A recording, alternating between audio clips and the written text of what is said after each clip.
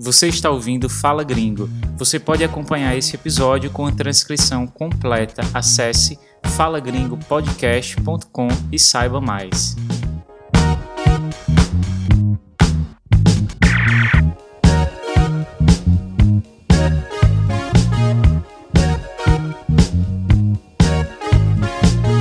Fala gringo, fala gringa! No episódio de hoje, a gente vai refletir um pouco sobre a identidade latino-americana. Você considera os brasileiros latino-americanos? Mais importante ainda, será que os brasileiros se identificam como latino-americanos? Quais são as características geográficas, históricas e culturais que caracterizam essa identidade? Vamos ver se a gente encontra algumas respostas? Essa temporada tem o apoio da Kiara, Kirk, Simona, Ronja, Ibrahim, Patagônia, Gregory, Suamatana, Nathan, Barry, Joseph, Michelle, Joana e Mona.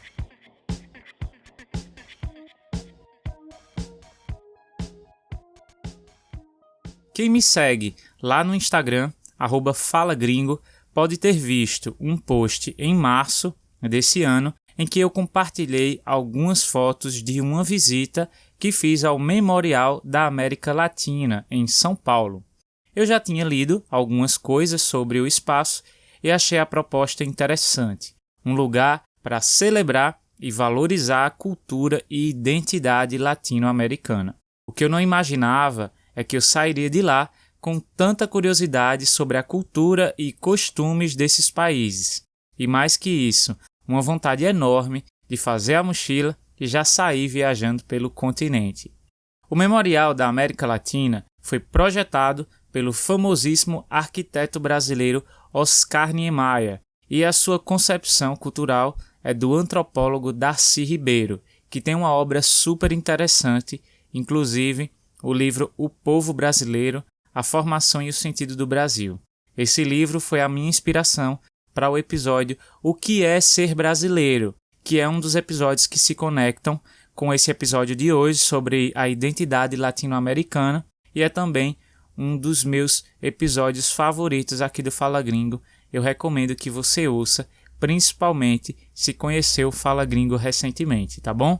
Mas como eu estava falando, o espaço do Memorial da América Latina, ele abriga várias áreas: auditório, biblioteca, salões, praça cívica para eventos, enfim, toda aquela grandiosidade em cimento curvado que são típicas das obras do Niemeyer, né?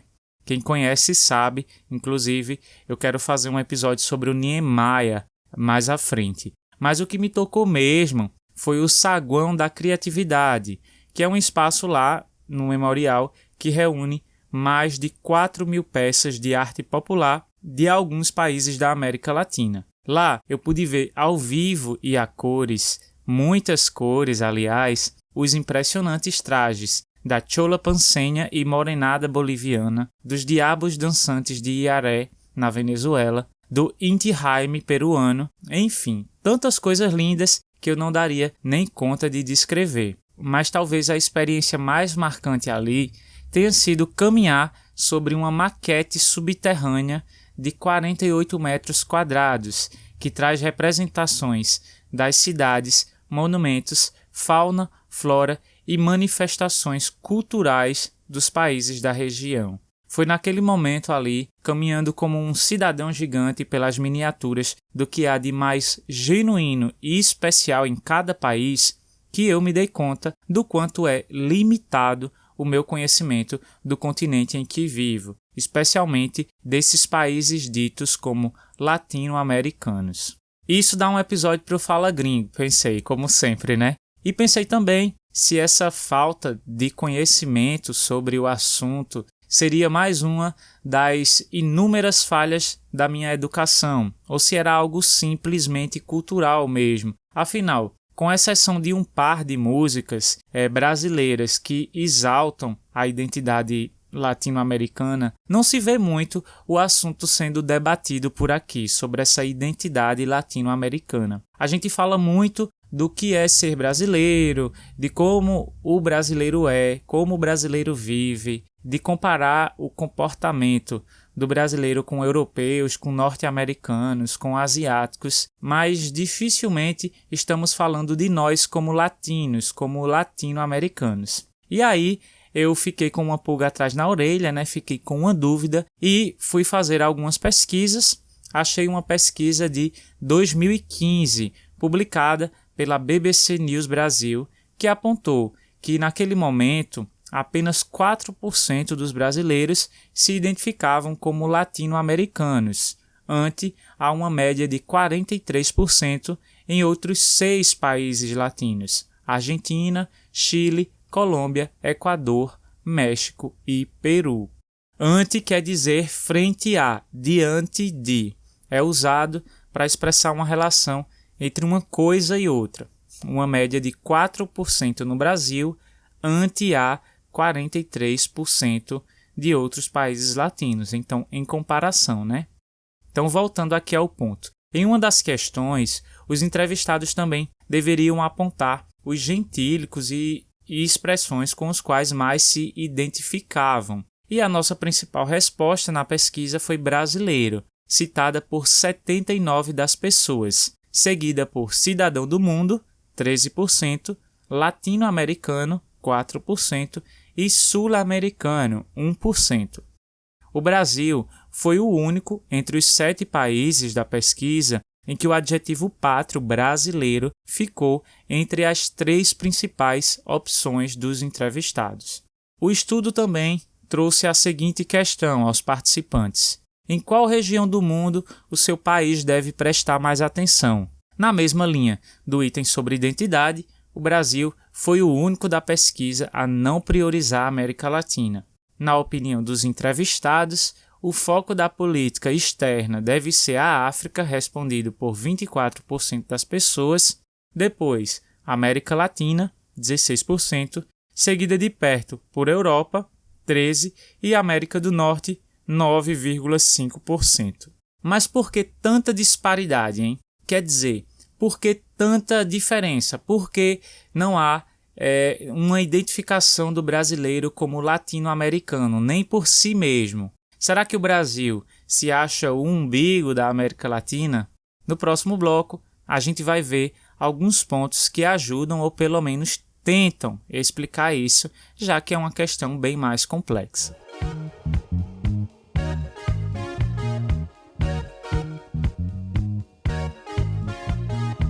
Antes de a gente refletir sobre o que explica esse distanciamento, vale pensar um pouco sobre a própria definição da América Latina, né? De América Latina, que é um conceito que tem muitas interpretações e parte de diferentes pontos de vista. Um erro bem comum é pensar que os países da América Latina são aqueles países em que se fala espanhol no continente. A partir disso, vai ter gente achando que no Brasil se fala espanhol também. Tem muitos norte-americanos que pensam assim, né? Ou vai ter gente que sabe que a gente fala português, mas aí já não é latino. É outra coisa, é uma coisa à parte, como eu vi um youtuber americano bem famoso por aqui defendendo a nossa não latinidade, vamos dizer assim. Bom, partindo do referencial linguístico, a América Latina compreende um total de 20 países que falam um idioma derivado do latim, os idiomas românicos. E o Brasil é sim parte desse grupo. Muitos desses países têm experiências de colonização bastante semelhantes, uma colonização europeia, né? Mas os colonizadores foram diferentes: Espanha, Portugal, França. E esse é o principal ponto que nos leva às diferenças culturais, não só linguísticas, né? O próprio termo América Latina vem do francês Amérique latine, que foi uma denominação usada por intelectuais franceses no século XIX para justificar o imperialismo francês no México, sob o domínio de Napoleão III. Segundo os franceses, existia uma afinidade cultural e linguística ali e, claro, a França seria o seu líder natural. Há também quem veja essa definição de América Latina do ponto de vista econômico, né? Um conceito para separar a América desenvolvida da América subdesenvolvida ou em desenvolvimento. Segundo Silvio Almeida, que é um filósofo e estudioso brasileiro, mais que uma língua da qual se derivam as outras, existem muitas semelhanças que nos unem, como a América Latina, que unem todos esses países. São traços identitários, como, por exemplo, uma desigualdade gigante na concentração de terras, que está na maioria desses 20 países, né? Presença forte do catolicismo, que também foi usado como um instrumento de colonização, ao mesmo tempo em que as religiões de matriz africana resistem e coexistem nesse espaço, além de experiências similares em governos ditatoriais. Silvio ainda afirma que outra coisa que coloca os países latino-americanos no mesmo balaio é o fato de serem países que lutam pela sua independência cultural dos Estados Unidos e Europa. Apesar de muitos aspectos que nos unem como América Latina, muitos outros nos separam, claro. Como eu já adiantei, no pedaço brasileiro dessa América, a diferença é muito mais marcada. Somos os únicos que falam português no continente americano, enquanto todos os vizinhos falam espanhol. O espanhol para a gente é uma língua tão estrangeira quanto o inglês, quanto o francês ou qualquer outra língua. E nem é obrigação nas escolas. O Estado até criou uma lei recentemente para que a gente comece a estudar no ensino médio espanhol, mas não por uma aproximação com os países da América Latina. Sobretudo porque nas nossas provas, o Enem, que é uma prova de nivelamento, é super importante para você entrar na faculdade, você tem que fazer uma avaliação de inglês ou de espanhol, e muitos alunos acabam optando pelo espanhol, já que tem mais semelhanças com a língua, né? Só que numa prova as coisas ficam bem mais complicadas e essa semelhança acaba não ajudando muito, pelo contrário, acaba atrapalhando. Então a gente aprovou uma lei de ensino obrigatório de espanhol no ensino médio, mas isso é muito mais por uma questão de ordem prática do que de aproximação com os países da América Latina mesmo, né? Outra coisa que se soma a essa ideia de o Brasil ser uma nação separada é a nossa geografia. A maior parte da população e dos centros de negócios do país está situada às margens do Atlântico, e o tamanho gigantesco do Brasil não facilita muito a circulação entre um país e outro. Eu arrisco até a dizer que a nossa fronteira mais movimentada está naquela parte entre o sul do Brasil e a Argentina, na região de Foz do Iguaçu. Mas, de todo jeito, isso só favorece a circulação de quem mora no sul do país. É diferente de quem mora ali em um dos países da América do Sul, em que se fala espanhol, em que você tem acesso mais fácil ao país vizinho, né? Chile, Bolívia, Argentina. Então, dá para você circular mais facilmente devido ao tamanho dos territórios. Também tem a questão dos processos de independência.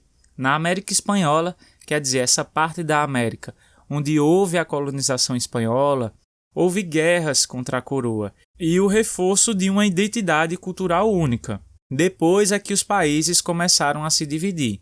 Já no Brasil, o próprio regente português declarou a independência, o que não quer dizer que não ocorreram guerras que reivindicavam a independência do Brasil, obviamente. Claro que houve, mas o processo foi bem diferente. O nosso comportamento diplomático também influenciou diretamente esse isolamento do Brasil e da América Latina. É o que afirma uma pesquisa de Fernando Moron, do Centro de Estudo de Negociações Internacionais da Universidade de São Paulo.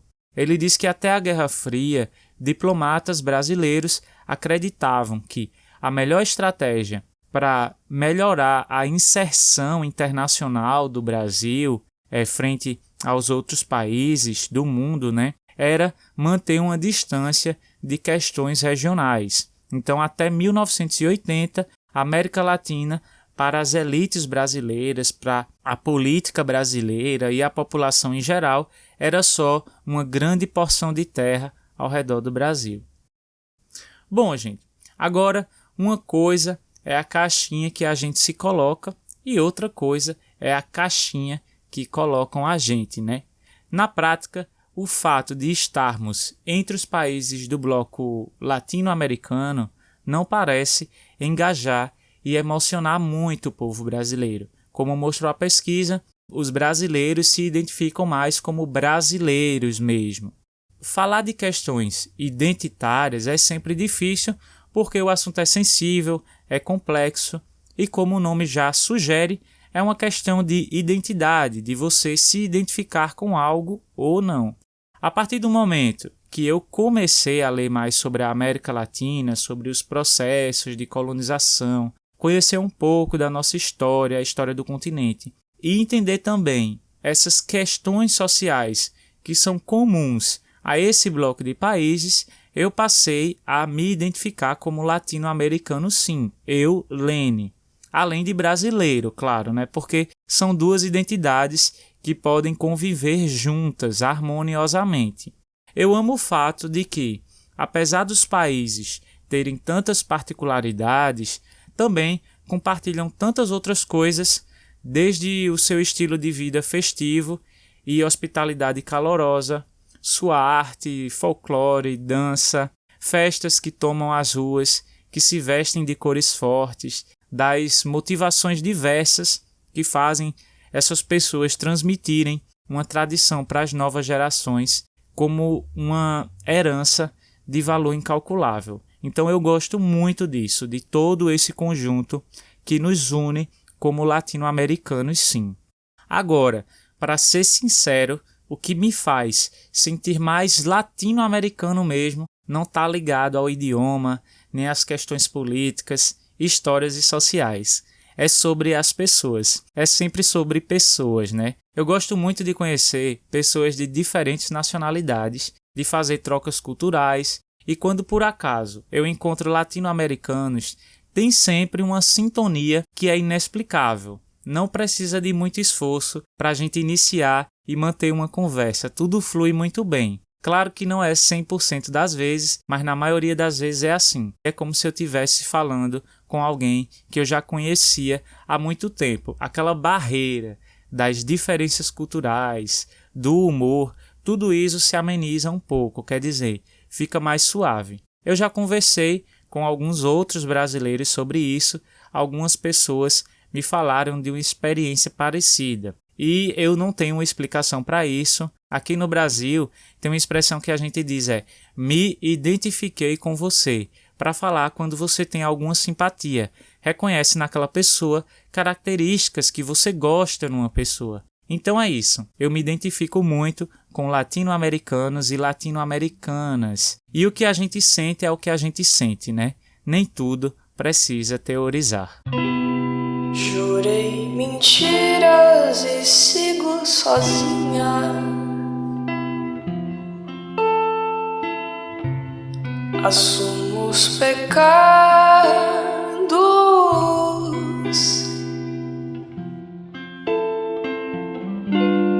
Os ventos do norte não movem moinhos. E o que me resta é só um gemido. Minha vida, meus mortos, meus caminhos tortos. Meu sangue latino.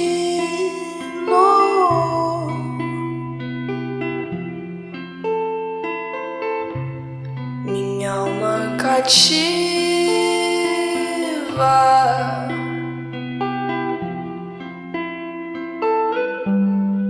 Rompi tratados, traí os ritos. Quebrei a lança, lancei no espaço.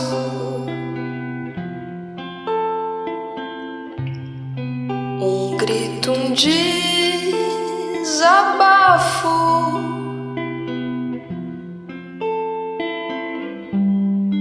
E o que me importa é não estar vencida.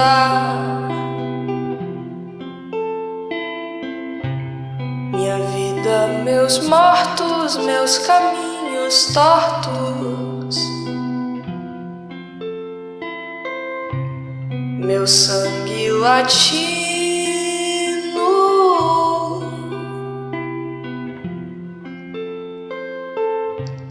minha alma cativa.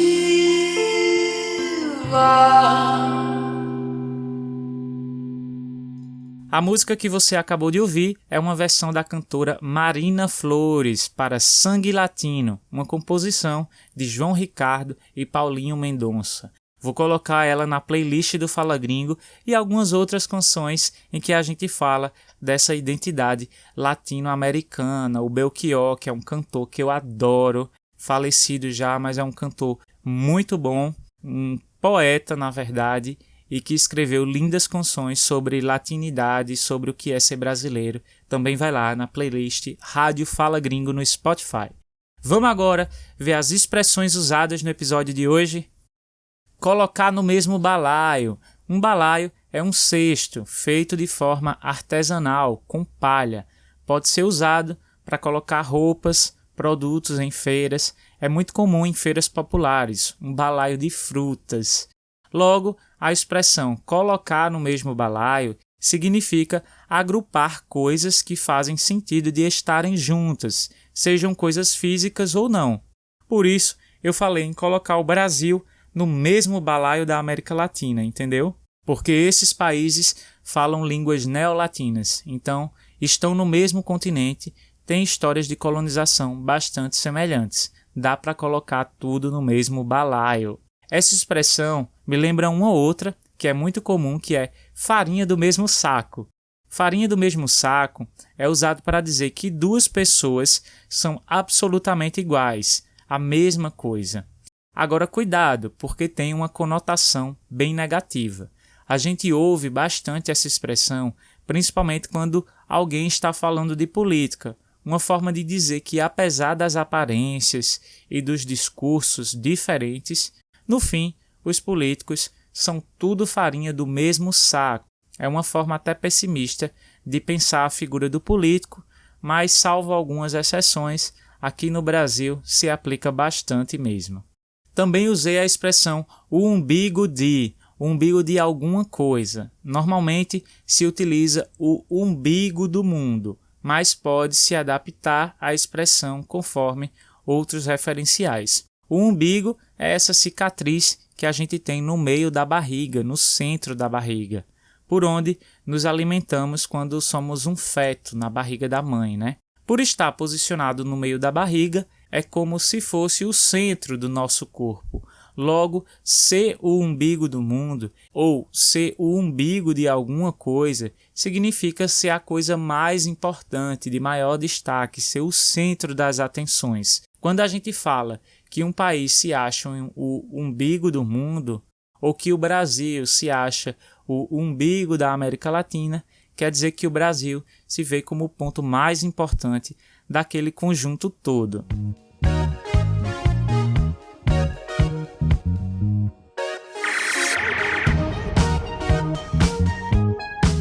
Você gostou desse episódio? Deixe um review para o Fala Gringo no Apple Podcasts. Escreve lá o que você mais gosta do projeto. Se você escuta pelo Spotify, é só deixar 5 estrelas por lá também, que vai ajudar outras pessoas do seu país a descobrirem o programa. Eu continuo de férias, como eu falei no último episódio, estou na França. Desculpem a minha voz nesse episódio, porque aqui tá 40 graus, tá super seco, tá irrespirável. Eu tô com uma dificuldade muito grande, vários problemas de garganta, por isso que eu adiei esse episódio, mas acabei gravando dessa forma para vocês não ficarem sem episódio tanto tempo, né? Por hoje eu vou ficando por aqui, um super abraço para vocês, a gente se encontra no próximo episódio. Até lá!